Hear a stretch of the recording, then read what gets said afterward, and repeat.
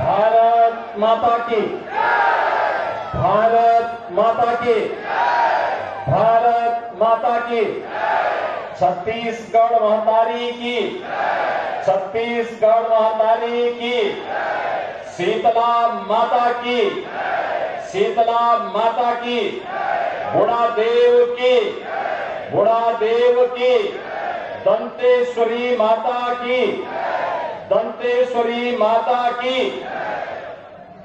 सब जनता को जय जोहार।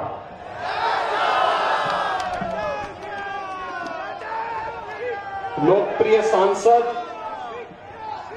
कांकेर श्री मोहन मांडवेचे,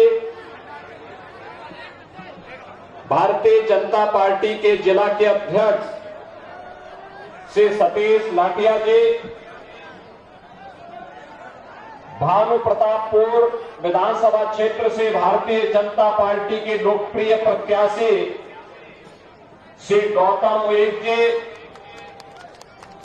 पूर्व विधायक श्री देवलाल दुग्गा जी, श्रीमती सुमित्रा मारकोले जी, विधानसभा प्रभारी श्री राजाराम तोड़ेम जी, श्रीमती पिंकी दुर्गुसा जी, श्रीमती साजनी राजपूत जी, आज के इस कार्यक्रम में उपस्थित भारतीय जनता पार्टी के सभी पदाधिकारीगण और भारी संख्या में उपस्थित भानु प्रतापपुर विधानसभा क्षेत्र से जुड़े हुए सभी उपस्थित भाइयों बहनों, माता कौशल्या की जन्मभूमि और मर्यादा पुरुषोत्तम भगवान श्री राम के ननिहाल छत्तीसगढ़ की धरती को मैं नमन करता हूं। भाइयों बहनों, मैं प्रभु श्री राम की पावन जन्मभूमि अयोध्या के प्रदेश उत्तर प्रदेश से आपके बीच में आया हूं और एक महत्वपूर्ण संदेशा लेकर के आया हूं कि उत्तर प्रदेश में भगवान श्री राम का भव्य मंदिर निर्माण का कार्य पूरा होने जा रहा है।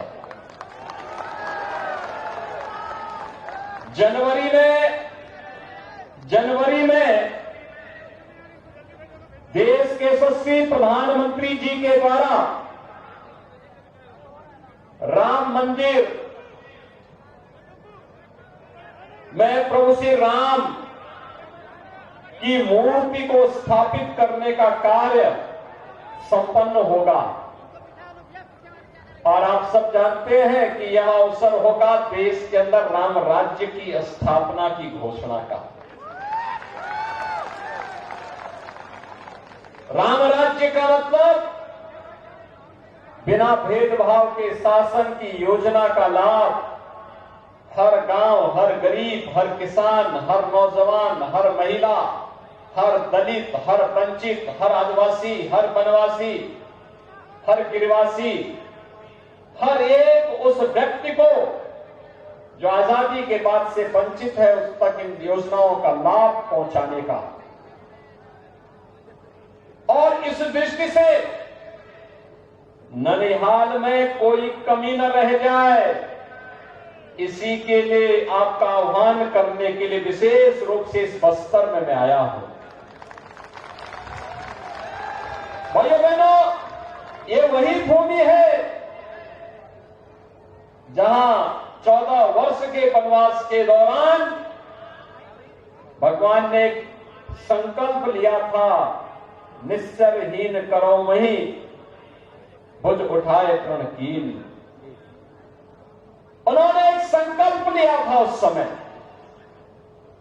और भगवान ने एक ही संकल्प लिया था, जब तक इन निशाचरों को, इन राक्षसों को मैं समाप्त न कर दो तब तक ये मेरा संकल्प है कि चैन से नहीं बैठूंगा। और आज आप सभी बंधुओं से मेरा आह्वान होगा, हम सब छत्तीसगढ़ वासी आज संकल्प लें, कांग्रेस के भ्रष्टाचार को सदैव के लिए दफन करने का। ये सरकार जो झूठ बोलती है, ये सरकार जो गरीबों के ले आने वाली योजना को हड़प जाती है,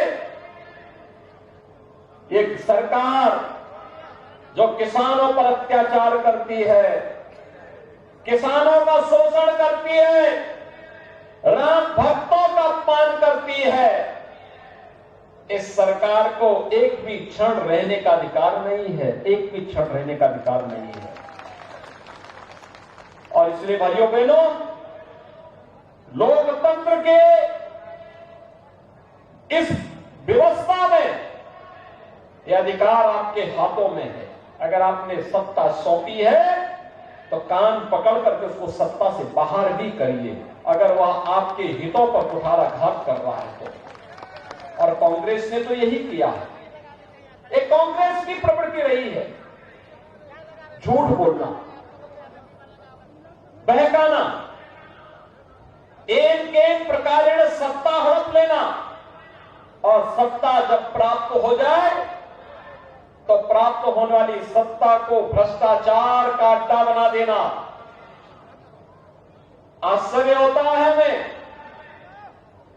पहले केवल माइनिंग का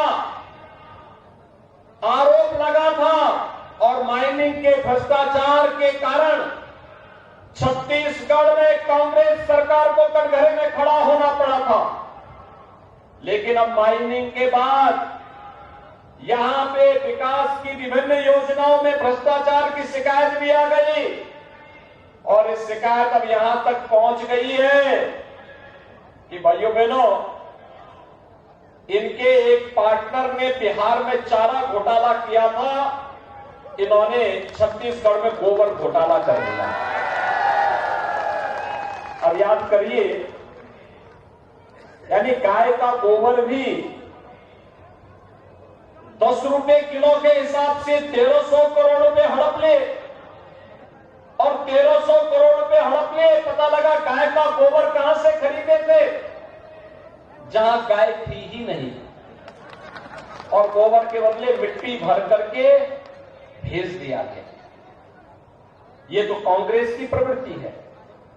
और भाइयों बहनों, आज इसीलिए हम कहने के लिए आए हैं, यह सरकार धोखा कर रही है यहां के नागरिकों के साथ, यहां के वनवासियों के साथ, यहां के आदिवासियों के साथ, यहां के बंधुओं के साथ, यहां के अनुसूचित जाति, जनजाति और पिछड़ी जाति के लोगों के साथ, यहां के किसानों के साथ, यहां के युवाओं के साथ।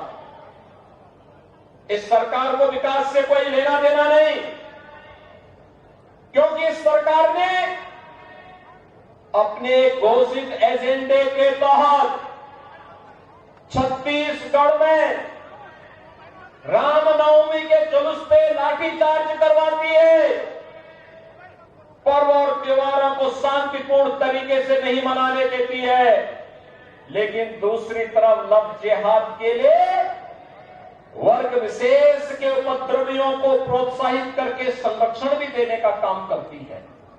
लव जिहाद धोखे से हिंदू बालिकाओं के साथ छल और कपट करके बहकाने का प्रयास। उत्तर प्रदेश में हमने कानून बनाया, अगर कोई दुस्साहस करता है, कानून के शिकंजे में कस करके उसको पूरी तरह तेल निकाल दिया जाता है उसका। भाइयों बहनों, हमें आश्चर्य होता है, यहां की सरकार धर्मांतरण की अनैतिक गतिविधियों को प्रश्रय देती है। भोले भाले गिरिवासी, वनवासी, आदिवासियों को बहका करके उन्हें अपनी व्यवस्था के खिलाफ भड़काने का कार्य करती है।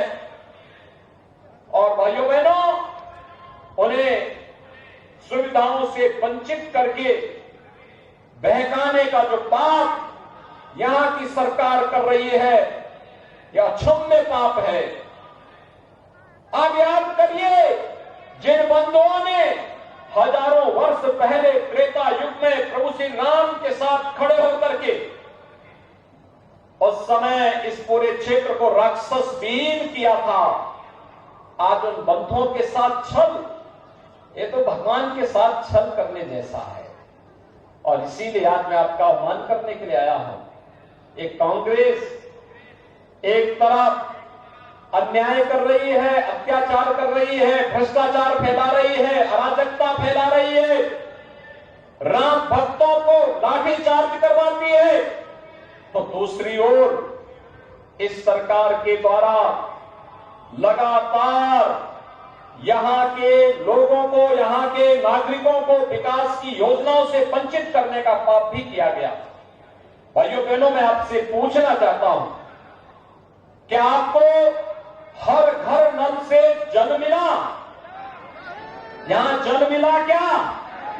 नहीं मिला। लेकिन भारतीय जनता पार्टी आपको आश्वस्त कर रही है, टोटी से जल, नल से जल पहुंचाने का काम हम देंगे। ये भारतीय जनता पार्टी का वायदा है, प्रधानमंत्री मोदी जी देंगे। उत्तर प्रदेश में आप याद करिए, अब तक हम लोग उत्तर प्रदेश में 1.5 करोड़ लोगों को हर घर में नल की सुविधा से शुद्ध पेयजल उपलब्ध करा रहे हैं, आरओ का पानी पहुंचा चुके हैं। बुंदेलखंड में आप जाइए, देखिए हर घर में पानी पहुंच गया। लेकिन छत्तीसगढ़ में यहां की सरकार नहीं लेना चाहती, क्योंकि जो पैसा दिया जाता है वो भ्रष्टाचार की भेंट चढ़ जाता है। मैं आपसे पूछना चाहता हूं, आदरणीय प्रधानमंत्री मोदी जी ने जो आवास भेजे, आवास मिला क्या आप लोगों को? आप याद करिए, 16 लाख आवास छत्तीसगढ़ के लिए थे, पैसा हड़प लिए। उत्तर प्रदेश में हमने इस दौरान 55 लाख गरीबों को एक एक आवास उपलब्ध करवाया है। भाइयों बहनों, 55 लाख गरीबों को एक एक आवास दिया है। और मैं आपसे कहना चाहता हूं, भारतीय जनता पार्टी कह रही है 18 लाख गरीबों को प्रधानमंत्री आवास देने का काम भारतीय जनता पार्टी सरकार आने पर करेगी। भैया बहनों, आज यहां का गरीब पूछता है और यह प्रश्न बार बार कर रहा है कि हमन लो तो नहीं मिलिस, आप लोग मिलिस का?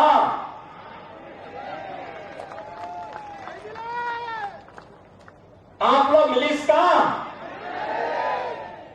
नहीं मिलिस ना। और भाइयों बहनों, इसीलिए मैं आपसे कहना चाहता हूं, यह मिले इसके लिए भाजपा आवश्यक है। इसके लिए भाजपा आवश्यक है, क्योंकि कांग्रेस देगी नहीं।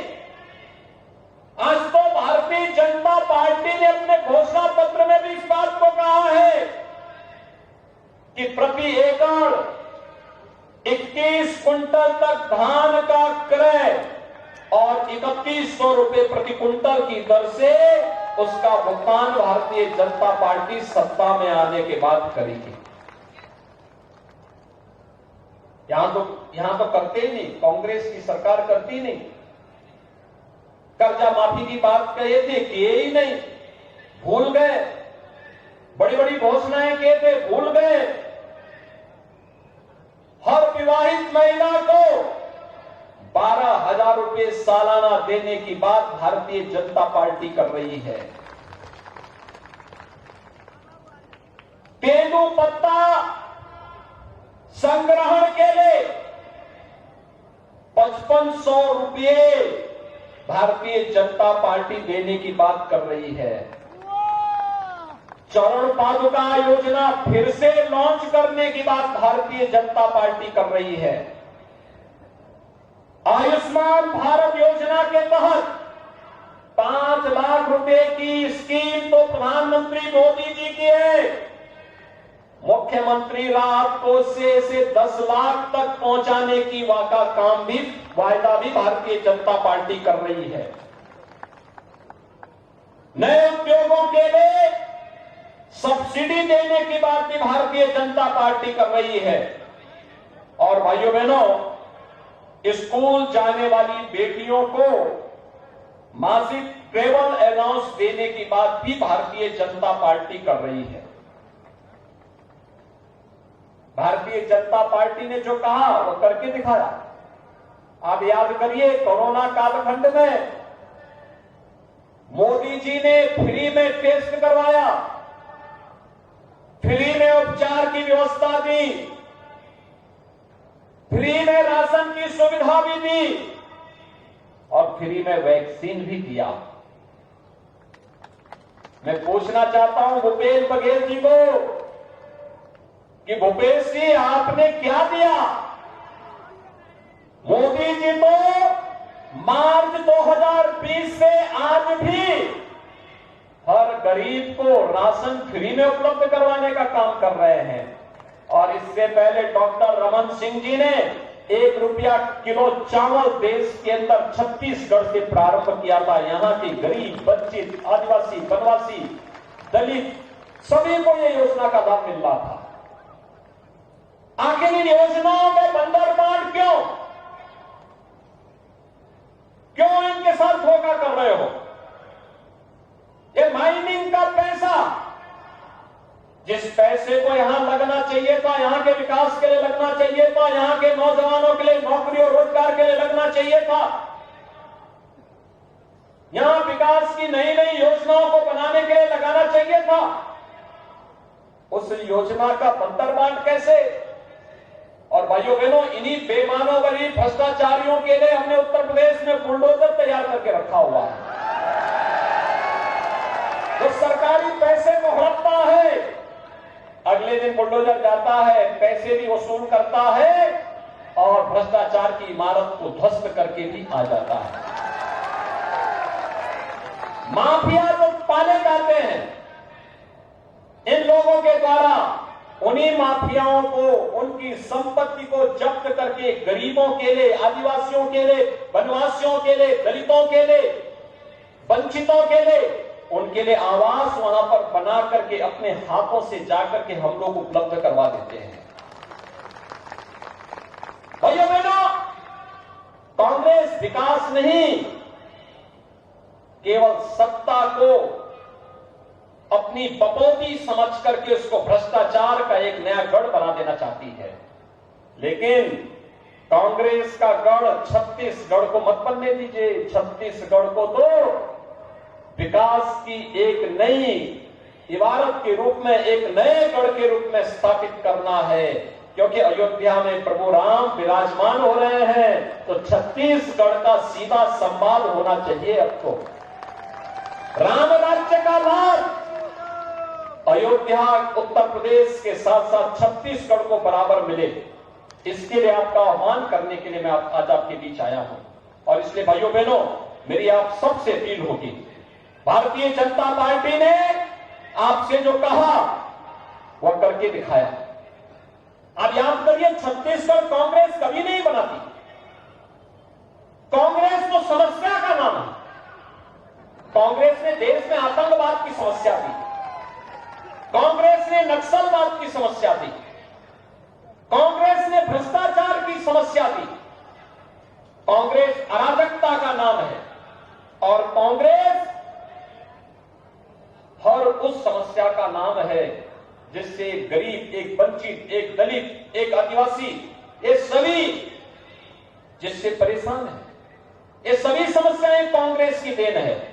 और छत्तीसगढ़ बनाने का काम किया था सर्वैव अटल बिहारी वाजपेयी जी ने, भारत रत्न सर्वैव अटल बिहारी वाजपेयी जी ने। उन्होंने छत्तीसगढ़ बनाया था।